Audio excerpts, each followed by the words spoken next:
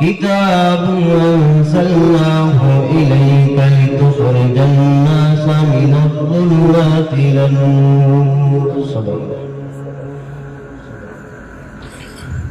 مجبور ومجبوره أي سيد عالم، مجبور ومجبوره أي سيد عالم. दीदार दिखा दे नहीं आवाज सुना दो, दीदार दिखा दे नहीं आवाज सुना दो. मोहम्मद अरबी है नबी रस्ते पे शुआ, मोहम्मद अरबी है नबी रस्ते पे शुआ.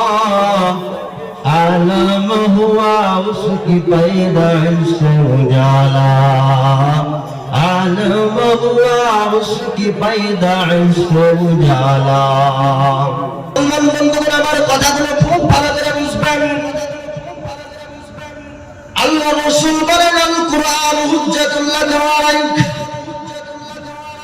দুনিয়াতে এই কোরআনের সাথে সম্পর্ক যদি গঠন করতে পারেন, হাসরের ময়দানে এই কোরআন কারো পক্ষে সাক্ষী দিবে, কোরআন কারো বিপক্ষে সাক্ষী দিবে.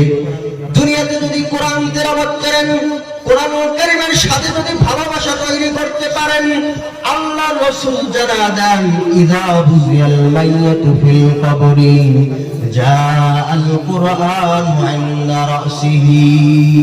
দুনিয়াতে যদি আপনি কোরআনের সাথে ভালোবাসার মহব্বত যদি দেখাইতে পারেন, আপনাকে যখন এই একদিন রহমাতুল্লাহ আলাইহি কবরস্থানের ভিতরে রাখা হবে, দুনিয়ার সব মানুষ আপনাকে কবরস্থানের ভিতরে রেখে সবাই ঘরে চলে যাবে, কেউ আপনার সঙ্গী হবে না. আল্লাহর রাসূল বলেন তখন যা আল কুরআন, এই কোরআন তোমার মাথার কাছে এসে দাঁড়াবে. যদি দুনিয়াতে যদি কোরআনের সাথে ভালোবাসা থাকে, এই কোরআন তোমার ব্যাপারে সুপারিশ করবে. আল্লাহু আকবার. যার ব্যাপারে কোরআন সুপারিশ করবে তার ভাগ্য কতই না ভালো, আর যার ব্যাপারে এই কোরআন যার বিরুদ্ধে সাক্ষী দেবে তার ভাগ্য কতই না খারাপ. এই জন্য কোরআনের সাথে ভালোবাসার মহব্বত তৈরি করতে হবে. ইন্নাল হামদুলিল্লাহ আলহামদুলিল্লাহ নাহমাদুহু ওয়া নাস্তাঈনুহু ওয়া নাস্তাগফিরুহু ওয়া নু'মিনু বিহি ওয়া নাতাওয়াক্কালু আলাইহি ওয়া নাউযু বিল্লাহি মিন শুরুরি আনফুসিনা ওয়া মিন সাইয়্যাতি আ'মালিনা মান ইয়াহদিহিল্লাহু ফালা মুদিল্লা লাহু ওয়া মান ইউদ্লিলহু ফালা হাদিয়া লাহু. ونشهد أن لا إله إلا الله وحده لا شريك له ونشهد أن سيدنا ومولانا محمدا عبده ورسوله. أما بعد فأعوذ بالله من الشيطان الرجيم. بسم الله الرحمن الرحيم.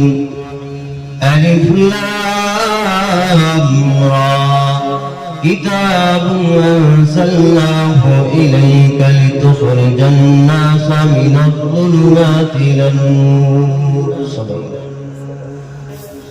বলতেছিলাম কোরআনুল কারীমের সাথে আজমত আর মহব্বত ভালোবাসা দেখাইতে হবে, কোরআনুল কারীমকে সম্মান করতে হবে.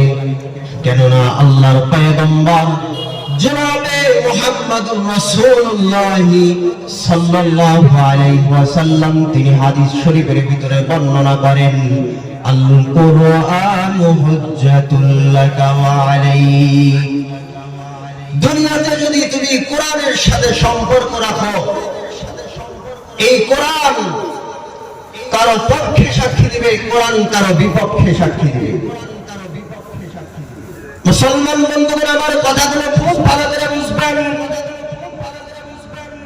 আল্লাহ রাসূল বলেন আল কুরআন হুজ্জাতুল লাকা আলাইক. দুনিয়াতে এই কোরআনের সাথে সম্পর্ক যদি গঠন করতে পারেন, হাসরের ময়দানে এই কোরআন কারো পক্ষে সাক্ষী দিবে, কোরআন কারো বিপক্ষে সাক্ষী দিবে। দুনিয়াতে যদি কোরআন তেলাওয়াত করেন, কোরআন কারীমের সাথে যদি ভালোবাসা তৈরি করতে পারেন, আল্লাহ রাসূল জানা দেন ইযা বুজিয়াল মাইয়াতু ফিল কবরি জাআল কুরআন ইনদা রাসিহি। দুনিয়াতে যদি আপনি কোরআনের সাথে ভালোবাসার মহব্বত যদি দেখাইতে পারেন, আপনাকে যখন এই একদিন রহমাতুল্লাহ আলাইহি কবরস্থানের ভিতরে রাখা হবে, দুনিয়ার সব মানুষ আপনাকে কবরস্থানের ভিতরে রেখে সবাই ঘরে চলে যাবে, কেউ আপনার সঙ্গী হবে না। আল্লাহর রাসূল বলেন তখন যা আল কোরআন, এই কোরআন তোমার মাথার কাছে এসে দাঁড়াবে। যদি দুনিয়াতে যদি কোরআনের সাথে ভালোবাসা থাকে, এই কোরআন তোমার ব্যাপারে সুপারিশ করবে। আল্লাহু আকবার। যার ব্যাপারে কোরআন সুপারিশ করবে তার ভাগ্য কতই না ভালো, আর যার ব্যাপারে এই কোরআন যার বিরুদ্ধে সাক্ষী দেবে তার ভাগ্য কতই না খারাপ। এজন্য কোরআনের সাথে ভালোবাসার মহব্বত তৈরি করতে হবে। মুসলমান বন্ধুগণ আমার, এই কোরআনের সাথে ভালোবাসার মহব্বতের কারণে গজনবীর বাদশা ছিলেন সুলতান মাহমুদ রহমাতুল্লাহ, অনেক বড় একজন বুজুর্গ বাদশা ছিলেন।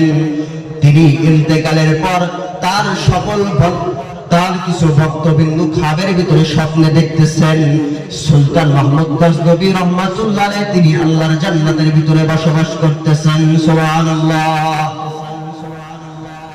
ওই ভক্তবিন্দু ডাক দিয়ে বলেন, মাহমুদ বাদশাহ, আপনি দুনিয়ার ভিতরে আপনি তো রাজত্ব করতেন, আপনি অনেক ক্ষমতার অধিকারী ছিলেন, কিন্তু আপনার ইন্তেকালের পর আপনি কিভাবে এত তাড়াতাড়ি জান্নাতে এলেন? বাদশা ডাক দিয়ে বলতেছেন, এরে ভক্তবৃন্দ শুনে নাও, আমি দুনিয়াতে রাজত্ব করেছি ঠিক আছে, কিন্তু দুনিয়াতে আমি একদিন সফর করতেছিলাম, সফর করতে করতে যখন রাত্র গভীর হয়ে গেল, আমি এক বাড়িতে মেহমান হলাম।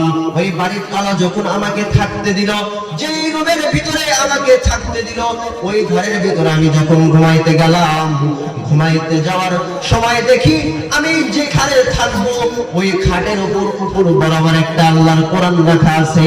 আমি সুলতান মাহমুদ চিন্তা করলাম, যদি এই কোরআনকে আমি অন্য রুমে রাখি, এই কোরআনকে এখানে রেখে যদি আমি ঘুমা যাই, আমি সুলতান মাহমুদ এই কোরআনের সাথে বেয়াদবি হতে পারে, অতএব আল্লাহর কোরআনকে অন্য রুমে রাখি। এই বলে সুলতান মাহমুদ রহমাতুল্লাহ আলাইহি তিনি আল্লাহর কোরআনকে পেরে অন্য রুমে রাখার জন্য গেলেন।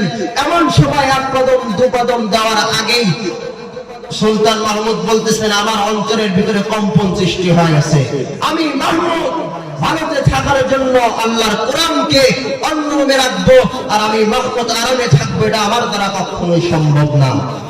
এই বলে সুলতান মাহমুদ রহমাতুল্লাহ আলাইহি তিনি কি করলেন বলেন, তিনি আমি এই কোরআনকে সুন্দর করে মুছে আমি ওই ভালো রুমের মধ্যে রাখলাম, আর আমি মাহমুদ তার পাশে একটা অপরিচ্ছন্ন একটা ঘর, ওই ঘরের ভিতরে আমি রাত্র কাটায়া দিলাম।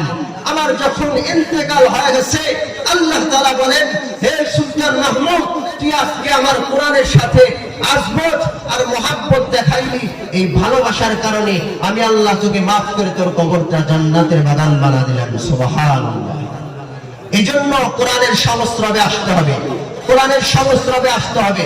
কোরআনের কেমন পাওয়ার আল্লাহ তাআলা বলেন, আলিফ লাম রা কিতাবুন আনজালনাহু ইলাইকা লিতুখরিজান নাসা মিনাজ-যুলুমাতি ইলান-নূর। যে অন্ধকার জগতের মধ্যে আছে, আল্লাহ তাআলা বলতেছেন এই কোরআনের পাওয়ার, এত পাওয়ার আমি আল্লাহ তাআলা দান করলাম। আল্লাহ তাআলা বলেন, ও নবী, আপনি যারা পথভ্রষ্ট হয়ে গেছে, যারা অন্ধকার জগতে আছে, আপনি তাদেরকে টেনে টেনে কোরআনের ছায়াতলে নিয়ে আসেন।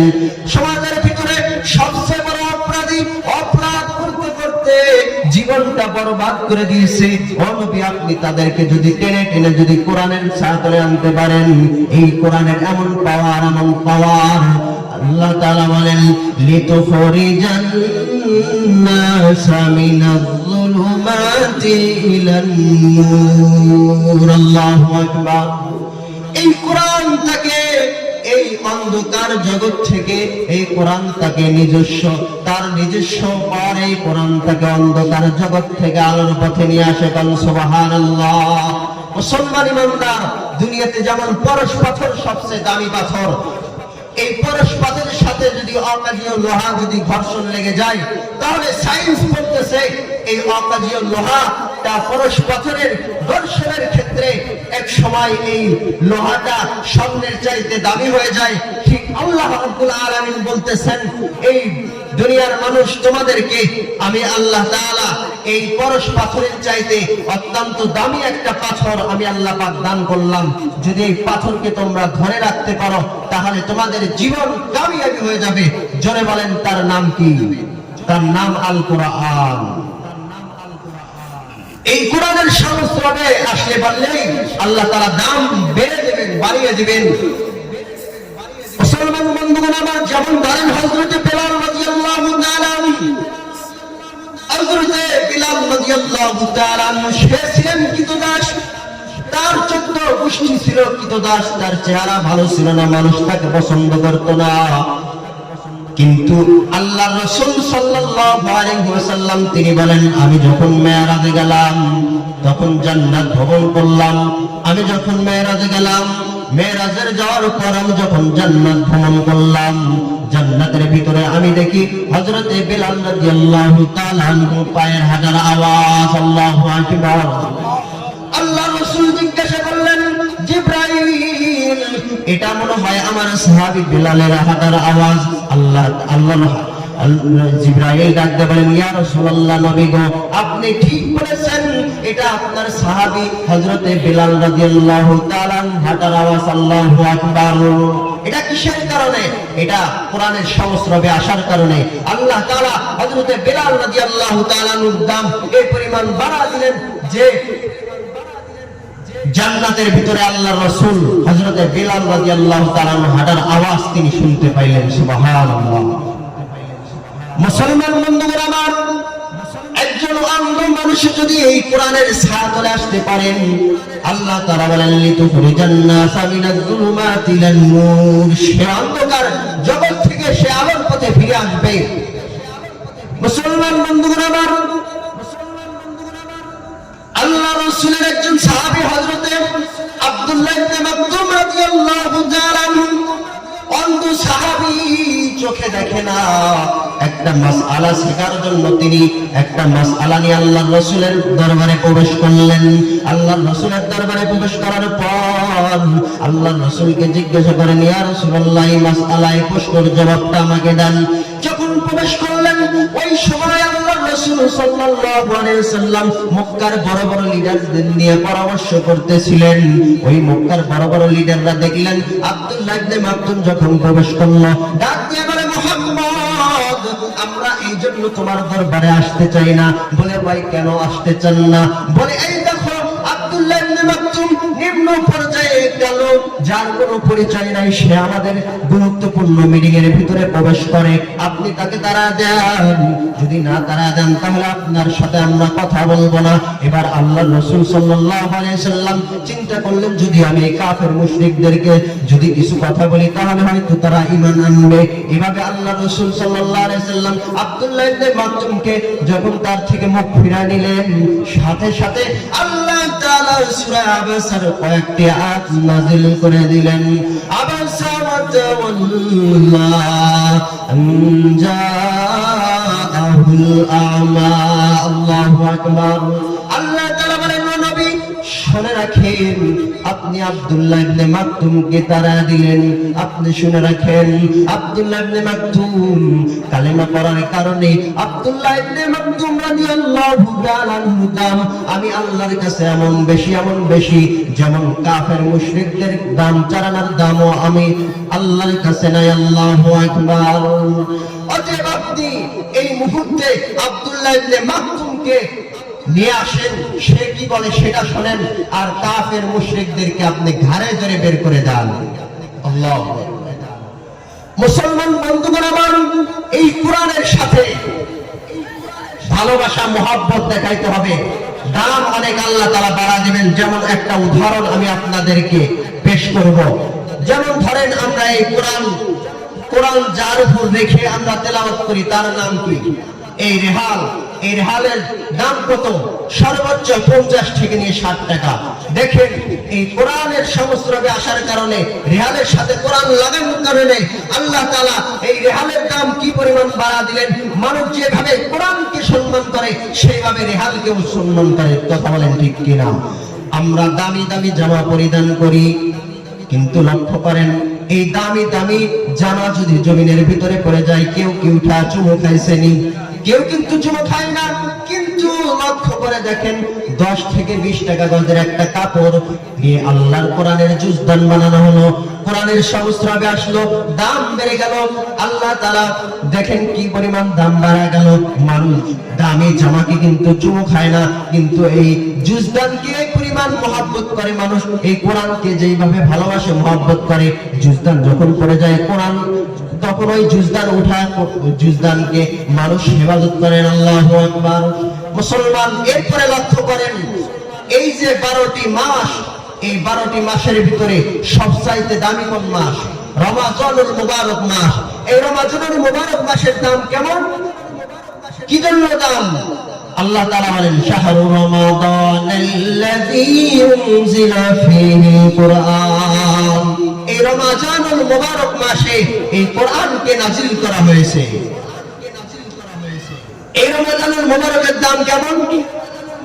আপনি যদি দুনিয়াতে বাকি 11টি মাসের ভিতরে যদি নফল ইবাদত হাজারো রাকাত পড়েন, ফরজের সমতুল্য হবে? জোরে বলেন, কখনোই সম্ভব না। কিন্তু আল্লাহ তাআলা বলেন এই রমাজানুল মুবারকে যদি কোনো বান্দা যদি একটা নফল ইবাদত করে, আল্লাহ তাআলা একটা ফরজের সমতুল্য দান করবেন। সুবহানাল্লাহ।